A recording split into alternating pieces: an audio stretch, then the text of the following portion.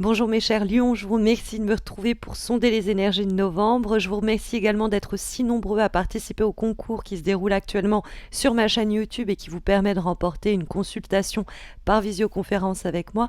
Il est d'ailleurs encore temps de participer, donc n'hésitez pas à vous abonner à ma chaîne pour être éventuellement tiré au sort et donc remporter votre séance privée en direct.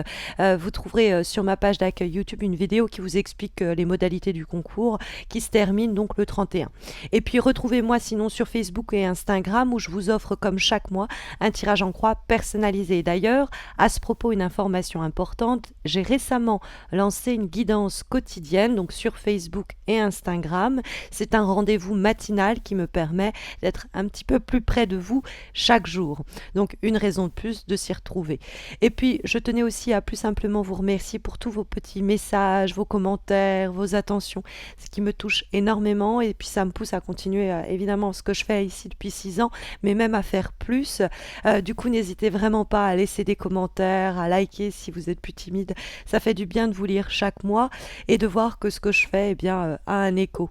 Voilà, recentrons-nous autour de ce mois de novembre avec ce décor spécial, la Toussaint, automnale, cette période d'Halloween dont on approche, et puis ce mois de novembre plus simplement. J'espère que les cartes et la déco vous plairont. Et donc recentrons-nous autour des énergies de ce mois de novembre avec pour démarrer dans les éléments qui vont nous être profitables, aussi bien les attitudes, les comportements, les actions que des situations qui pourraient se produire. Nous trouvons la carte du roi d'épée. Cette carte du roi d'épée, elle peut personnifier quelqu'un, un signe d'air, ce serait donc quelqu'un Gémeaux, Balance, Verseau. Ça peut être un homme, mais c'est pas forcé. C'est simplement quelqu'un qui peut être d'un grand conseil sur le plan de la réflexion. Son avis compte puisque c'est quelqu'un qui pense bien, qui réfléchit bien et qui en plus est éloquent. Donc la carte du roi d'épée, on pourrait avoir au cours du mois de novembre une personne de ce signe d'air ou en tout cas très à l'aise avec les mots, la pensée et l'expression des idées qui pourraient nous aider à y voir plus clair, qui pourraient nous conseiller. La carte du roi d'épée, elle pourrait être représentée par le penseur de Rodin. C'est quelqu'un qui est très sage ou qui est très cultivé dans un domaine et qui est en plus en capacité vraiment de transformer ce qui est de l'ordre, de la sphère des pensées et des mots en une réalité et des résultats bien concrets. Donc si vous avez besoin de conseils, quelque chose à accomplir ou un sujet que vous aimeriez réfléchir avec quelqu'un en capacité de vous aider, eh bien ce signe d'air, il est là, vous pouvez l'appeler, vous pouvez lui faire confiance, il saura vous dire d'une part la vérité, parce que c'est aussi ça, la carte du roi d'épée, c'est quelqu'un qui ne se cache pas derrière les compliments, c'est quelqu'un qui peut paraître d'ailleurs des fois un peu dur, mais qui est en réalité très juste et très sincère. Il y a une vraie réalité une vraie recherche de vérité, si vous voulez, dans le cadre du roi d'épée, et donc on a quelqu'un de ce type-là autour de nous, à qui on peut demander vraiment ce qu'il pense d'une situation, il nous répondra franchement et il nous conseillera tout aussi bien. Et puis c'est un excellent communicant, donc en plus on prendra plaisir certainement à dialoguer avec et à recevoir ses conseils assez sages. Le roi d'épée peut préconiser aussi une attitude pour ce mois de novembre, à savoir une grande honnêteté, dire et exprimer très clairement ce que l'on pense d'une situation sans pour autant chercher à faire mal, mais dire les choses clairement, parce que ce roi d'épée, il sait s'imposer sur le plan intellectuel, c'est quelqu'un qui arrive à faire autorité. Et donc ce roi d'épée, dans les attitudes qui nous seraient profitables, il y a, si vous voulez, quelque chose sur le plan mental, où on a su observer une situation, la jauger, en tirer un jugement très clair, avec objectivité, quelquefois même une certaine impartialité, en tout cas beaucoup de logique et de raison. Et on s'est appliqué à vraiment déterminer les faits dans le cadre de cette situation pour venir à éventuellement trancher, parce que ce roi d'épée a une épée et qu'il peut être incisif, tranchant, donc se prononcer clairement en faveur ou en défaveur d'une situation. Et donc ça peut être cette idée de discipline et de rigueur sur le plan intellectuel et moral et de s'affirmer. C'est une attitude qui peut être plus simplement recommandée pour le mois de novembre. Mes chers lions, on a vraiment tout doit passer par la logique. On doit être ouvert à de nouvelles idées, hein, et à des conseils éventuellement provenant de notre environnement. L'idée de rester ouvert à de nouvelles orientations, nouvelles voies, nouvelles situations, nouvelles relations avec éventuellement un signe d'air, c'est confirmé par la carte que nous trouvons dans les obstacles pour votre mois de novembre. C'est-à-dire, bon, des attitudes et des comportements, des actions qui vous vaudrait mieux éviter, ou alors, bon, le surgissement de situations contraignantes ou éprouvantes. Et la façon, donc, du coup, de les éviter ou de les contourner ici. Et nous trouvons la carte du 6 de coupe. Cette carte du 6 de coupe dans les obstacles, c'est une lame qui nous invite à bien faire attention, à ne pas être amené à répéter certaines situations, à ne pas, si vous voulez, tourner en boucle. Parce que la carte du 6 de coupe, quand cette carte pose problème, c'est des schémas répétitifs dans lesquels on reste bloqué, parce que justement, on reste focalisé sur un projet, sur une situation, sur une relation qui nous empêche d'avancer, parce que ça nous tenait fort à cœur et qu'on est nostalgique, parce que, bref, il y a du mal à affronter que c'est terminé et du coup permettre à tout cela de guérir plus rapidement. Mais c'est vrai que le 6 de coupe nous dit qu'il faut rester simple et très logique, hein, quand on voit d'ailleurs le roi d'épée dans notre approche de la situation et dans la détermination de nos objectifs et du coup des attitudes qu'on doit avoir en réaction à tout ça. Parce que le roi d'épée préconise l'objectivité quand le 6 de coupe nous met en garde contre l'émotionnel, l'affect, qui risque de faire pencher notre réflexion en faveur de situations ou de projets pourtant obsolètes. Parce que c'est ça le 6 de coupe dans les obstacles, c'est par exemple l'idée qu'on a une nouvelle rencontre qui pourrait se manifester au cours du mois de novembre et on pourrait ne pas la voir tant on est occupé à garder le nez enfoui dans une relation qui n'a plus d'avenir à se partager, c'est-à-dire on ne fait au fond que se remémorer les jolis souvenirs du passé, mais ici il n'y a plus rien à construire et à créer, ni plus rien à éprouver.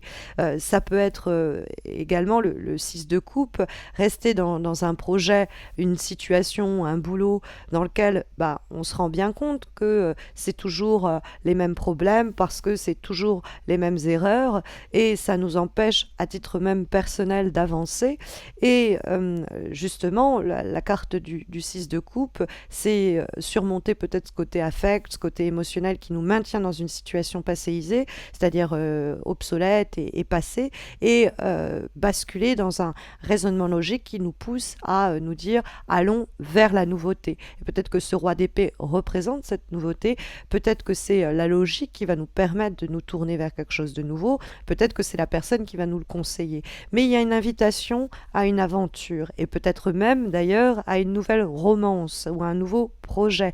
Quand nous voyons surgir cette fois-ci en guise de vibration, la carte du cavalier de coupe. Ce cavalier de coupe, il est là en train de nous attendre, il a fait le pique-nique dans cette carte, mais c'est qu'il vient avec une proposition et elle est très clairement énoncée.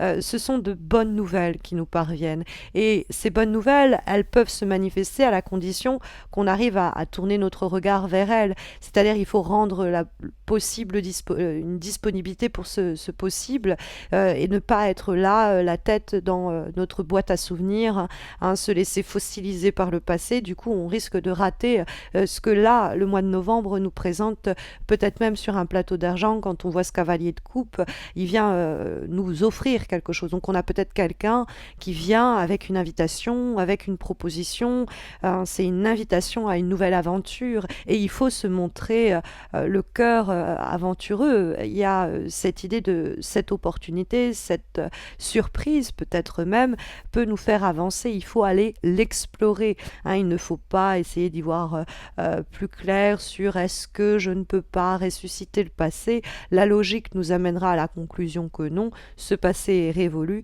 et qu'il faut tenter l'aventure d'une nouvelle configuration de la situation, d'un nouveau projet, d'une nouvelle relation même, hein, parce que avec le roi de coupe, le cavalier de coupe, on a quelque chose de naissant. Et il y a un cadeau comme ça qui nous est offert. Donc c'est évidemment bon, l'invitation à la romance, les messages romantiques qui nous arrivent, mais c'est aussi une carte très poétique qui met aussi un peu de quelque chose un peu qui brille dans notre quotidien. On se laisse un peu être rêveur, on se laisse porter par nos idéaux.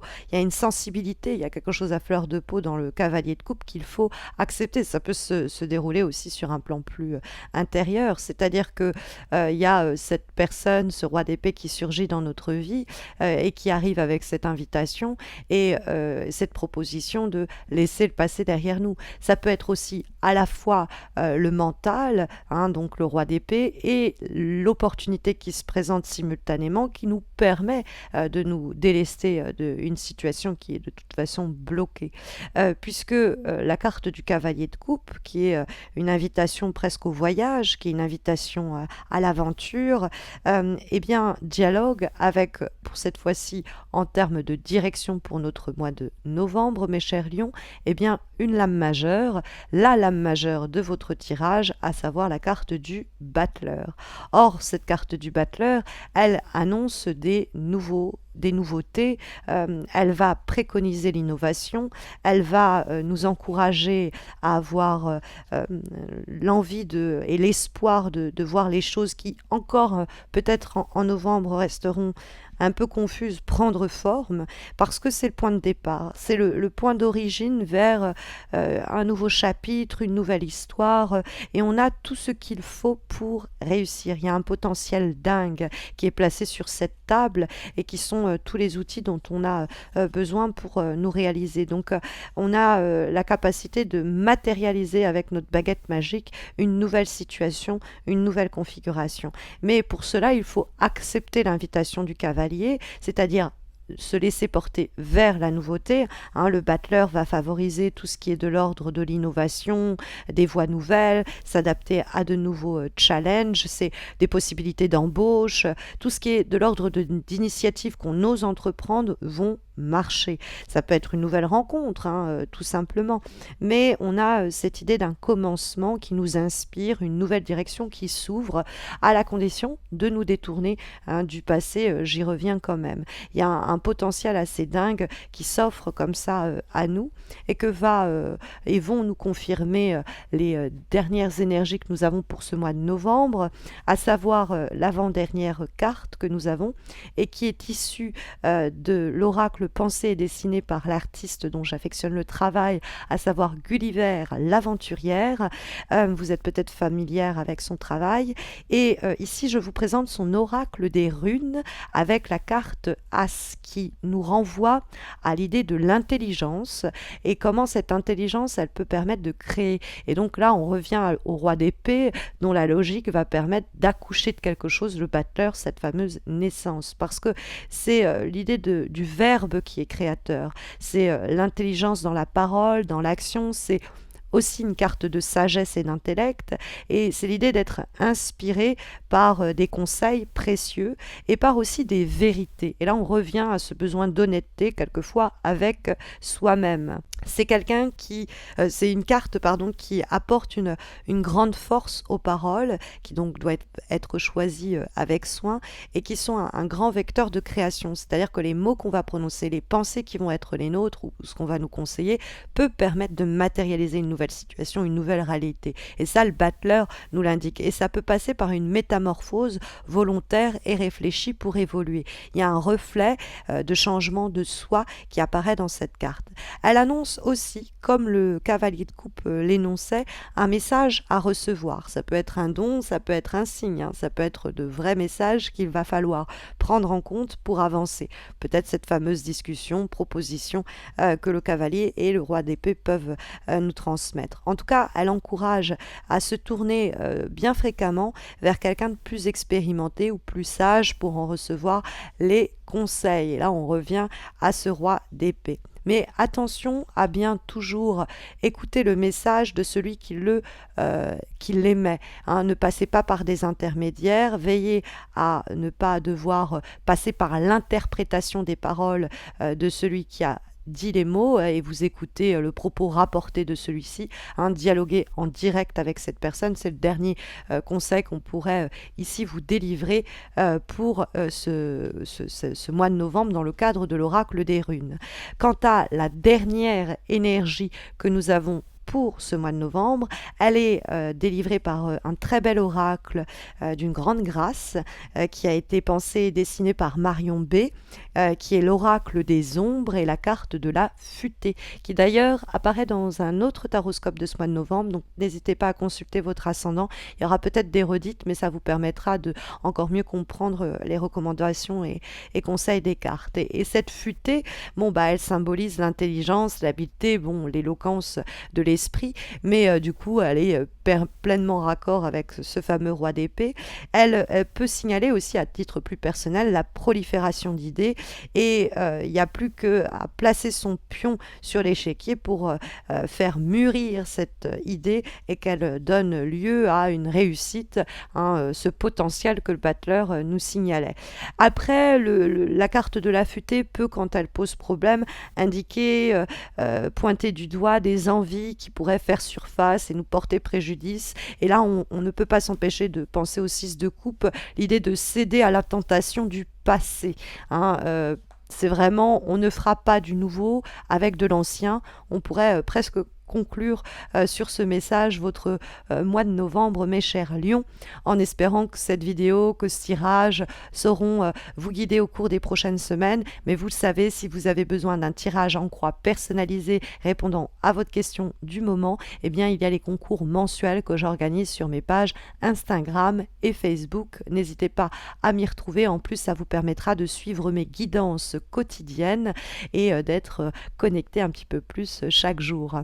Je vous retrouve quant à moi, non pas pour les taroscopes de décembre, eh bien je vous retrouve avant. Je vous concocte une petite surprise pour le 31, donc restez aussi connectés. Et puis d'ici là, prenez bien soin de vous mes chers lions.